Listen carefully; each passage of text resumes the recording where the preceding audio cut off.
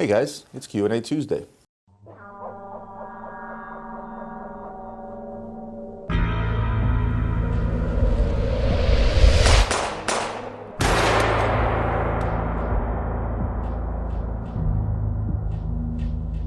As usual, let's not waste any time, guys. Real quick, thanks for all your questions. Remember to comment below this video for additional questions so I can do more of these videos for you. And let's dive right in. First question comes from Jack Black. What's happening with the Patek 3800 two-tone market? Last year I tried buying one around 14,000 and behold, now prices are 20 plus for the blue face. But last year there were only 5 listed on Chrono24 and now there are like 50. You think prices will come back down to reasonable 12K for blue face two-tone? Also, very important, can you recommend any good banya in NYC which serves food and also has good massages, preferably with happy ending? Well, I'm going to answer your first question. The other stuff, I guess you're just going to have to Google or go on one of those swipe apps. 3800 two-tone. The market was indeed around what you mentioned about, less than a year ago, really.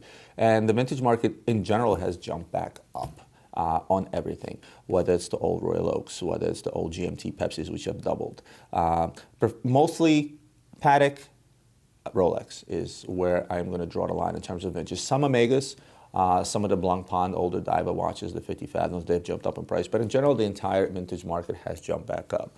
And what you're not going to see is you're not going to see these things come down to 12. Unfortunately, you should have bought it at 14.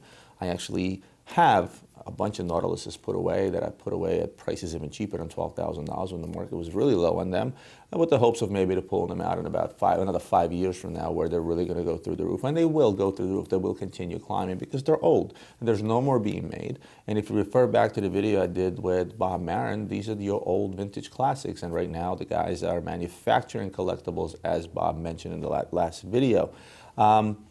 My advice is to buy today, even at the crazy price. The reason for that is because, yes, there will be a correction. The vintage market took a huge hit when the financial crisis hit back in '08, and to the tune of 40-some%. But if you look at the prices now, it has since went back to where those prices were and then some, and it's even higher pricing now than it was prior to the '08 crash. So my advice is, if this is something you really, really like, I would pick it up. You could probably find one within, high teens still. You don't necessarily have to pay 20K. You could probably pick one up around $18,000 if you shop around well enough. But with these things, it's not about shopping around. It's about how much character that particular watch has, what the history is, how beat up or not beat up it is. So oftentimes you're better off paying a little more to get sort of a good quality piece. And if you can get that thing with papers, that would be amazing as well. I suggest you pay more and get it with papers. As far as Chrono24 having 50 of them listed, well, let me ask you a question. If I'm a dealer that's in this business and right now the market is super hot and I had this thing sitting in my safe for a couple of years because the market has been low and I deem this to be a nice collectible, when the market is hot, what are you going to do? You're going to sell. I actually ended up selling 4 Zenith Daytonas. This was about 3 months ago. I had 2 P serials, brand new old stock with stickers and everything on the watches that I purchased some time ago, as well as 2 A series. Now, what's so special about A and P series? These were the less Zenith movements made. And for those that know, A serial was the official year where they discontinued the Zenith movement and went with their own. They still had some Zenith movements left over, so for the first quarter of the following year, which was the P serial, they did make Zenith movements as well, and those are actually much more valuable because they made a lot less of those. I ended up selling my P serials for $49,500 to a dealer.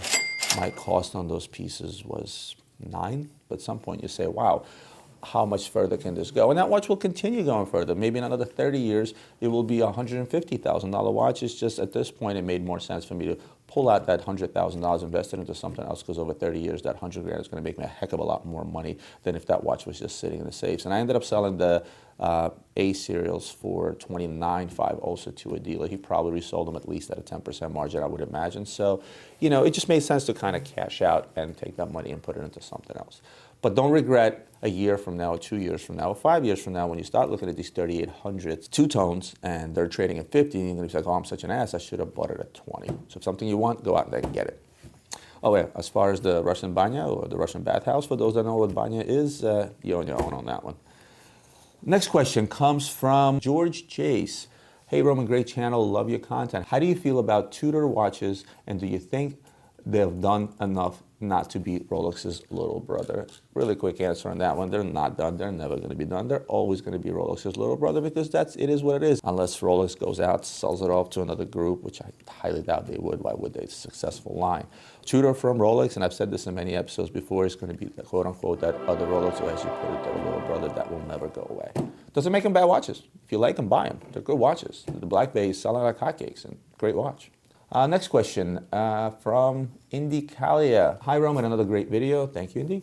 I have a question for you that nobody seems to be able to answer. Why did Cartier stop making the Roadster collection, specifically the Roadster chronograph? I would really appreciate it if you can tell me why. Many thanks.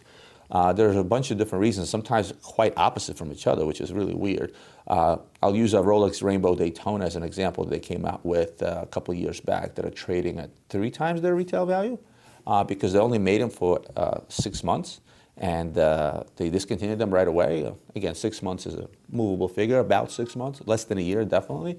And all of a sudden, these things started trading through the roof, became a super collectible. And now that they came out with a newer model of it in rose gold, again, same thing, right out of the gate, they're trading at double. I remember when the Rainbow Daytona first came out, it was offered to me a 20% off list, and I hesitated to buy it. I'm like, I don't know, it's a little too expensive. I asked for more discount, didn't end up buying it. Lo and behold, a few months later, the thing gets discontinued, and it goes to like 150,000 overnight, and then now they're trading over $200,000. Hey, you know, nobody can have a glass ball and guess those things.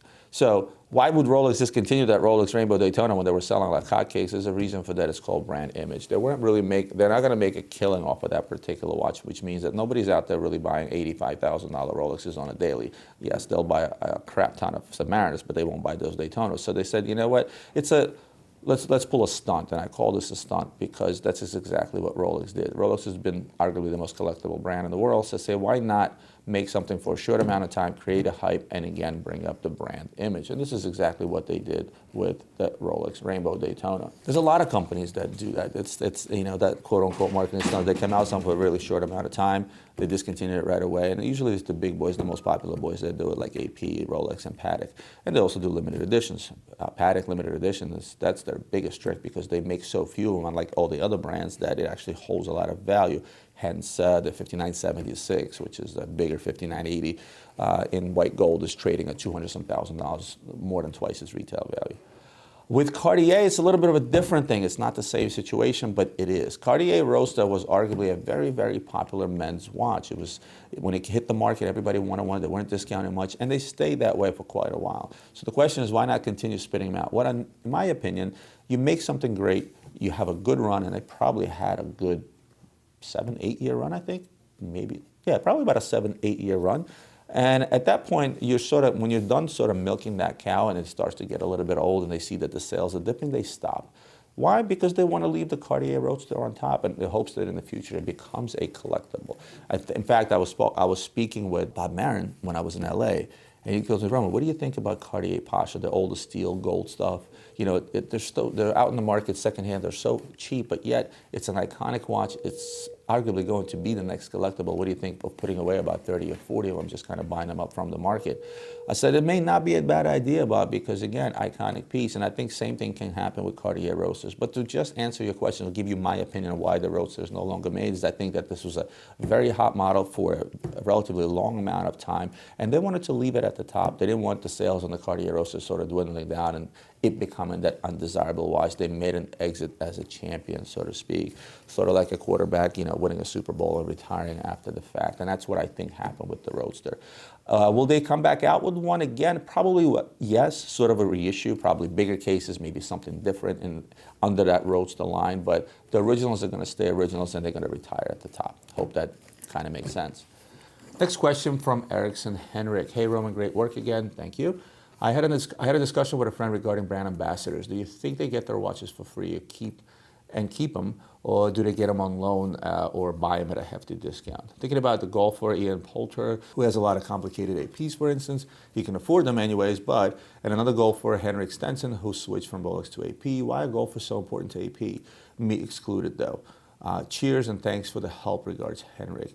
Henrik, I hope you don't mind. I'm going to put this out there, but Henrik actually contacted me a week ago, 2 weeks ago, as he was flying in from Sweden to play, oddly enough, some golf out in Florida, and he wanted to buy an Audemars Piguet, which we delivered to him in Florida. So hence, golf and AP, when it comes to you, go together just as well. But back to your question, do ambassadors get their watches for free? Most of them absolutely do get them for free. Think of Rafael Nadal. Guy wears $800,000-$900,000 tourbillons on his wrist when he plays tennis. Do you honestly think he cuts Richard Mille a check for $800,000, or even if he bought it at half price, $400,000? Absolutely not. He obviously gets these watches for free. Otherwise, what was the point of him signing this type of a contract? On top of that, he also gets paid for wearing those watches. Don't know how much, but I'm sure it's a pretty hefty amount. There are some exceptions to the rules, and these are usually event-driven, and it's mostly for jewelry, and some watches just the same. So when Bulgari goes out there and, let's say, dresses up a supermodel for an award ceremony like the gala or SB Awards for sports stars, as well as Grammys, etc. Yes, they do get a lot of jewelry on loan, and often on the red carpet shows, you'll see that when they ask them who are they wearing, and most of the time they'll wear pieces that people actually right off the bat recognize that it's Bulgari or Chopard, etc. In that case, they do return those things. You know, Cartier will dress up a star and put a $3 million necklace to them. No, they're not going to get that $3 million necklace and keep it. They're going to obviously give it back. Sometimes they get paid for actually wearing all this stuff. Sometimes they don't. They just want to borrow something really, really cool. And if I'm Heidi Klum, I could walk into Cartier, Piaget, or Chopard and say, guys, I'm going to the Grammys. What do you got for me to wear? There would be companies lined up to let them wear stuff because it's such exposure, obviously. But with watches, for the most part, these guys get to keep the watches that they have because they want them to keep it. They want them to wear it on a daily basis. $3 million necklace or a beautiful snake necklace from Bulgari that you've seen at the Grammys oftentimes is not something one will wear every day, but a Rolex or even a Richard Mille, these guys do wear them on a daily basis. And as they're out and about and people see them go, oh my God, there he goes, there's Nadal. He's wearing a Richard Mille, that's such a cool watch. They want that type of exposure. So these guys do get to keep these watches. I'm almost certain of that. As far as why a golf is so important to AP, well, the answer is really simple, and I hate to put it this way, but golf is a rich man's sport. It's expensive to play golf. I'm not a golfer. In fact, the closest I ever came to golfing was I went to a driving range, and I said, I want to see what this craze is all about. It was a funny story, too. They gave me 3 buckets of golf balls. They said, you can take a small bucket, medium bucket, a large bucket. Right off the bat, of course, I'll take the large bucket. I don't know how many balls it had, 100 balls in it, maybe more. And I started swinging away. After about swing 15, I realized that golf is actually a physical sport. And my back started to hurt, and my elbow started to hurt, probably due to improper form. And that was my biggest experience when it came to golf. But it's expensive. Golf clubs around the country in the United States are expensive. Some golf clubs require you a $200,000 application fee before you even get approved to join them, and then they end up paying $100,000 a year just to be part of that golf club, depending on how fancy it is. And for the most part, most of these golf clubs are fancy. There are a few public courses for golf where you can go pay per game, which is also not cheap. But at the same token, for the most part, golf is a rich man's sport. So those that play golf have money. Those that have money and play golf, they like expensive toys, and watches is usually one of those expensive toys, along with cars, art, and other things. But golfers that play golf also follow golf, and they see what their favorite golfers are wearing. And I don't know why you bought yourself an AP, but I'm assuming maybe because Henrik, who happens to have the last name is Stenson, happens to be wearing an AP, and maybe that made you want to buy one. To scale this down from a celebrity style to a simple guy like me who's really a nobody with a few thousand followers on YouTube, I'm managed to influence people just the same. I wear a particular watch, and my friends or local people that know me, when they see what I wear or see what my wife wears, they reach out to me later and say, hey, how much is that watch? I want something similar. I want that particular watch. Or my wife wants the same watch that she saw your wife wearing at an event. It all works. Ambassadors is a hell of a marketing technique. You get a famous person, you get them to pitch a product without really even pitching it by either wearing something or mentioning something in a casual conversation, and people follow suit because they follow that particular individual. Hope that answers your question. Last, I'm going to take one more from Val Secchi, whose question I've answered before. And Val is asking, what I don't get is why the majority of diamond pieces are considered so gaudy and new money and no taste, but everyone else gets crazy over 5071, for example, or the factory Rolexes like the Saru or the Day 2 with the baguette bezels.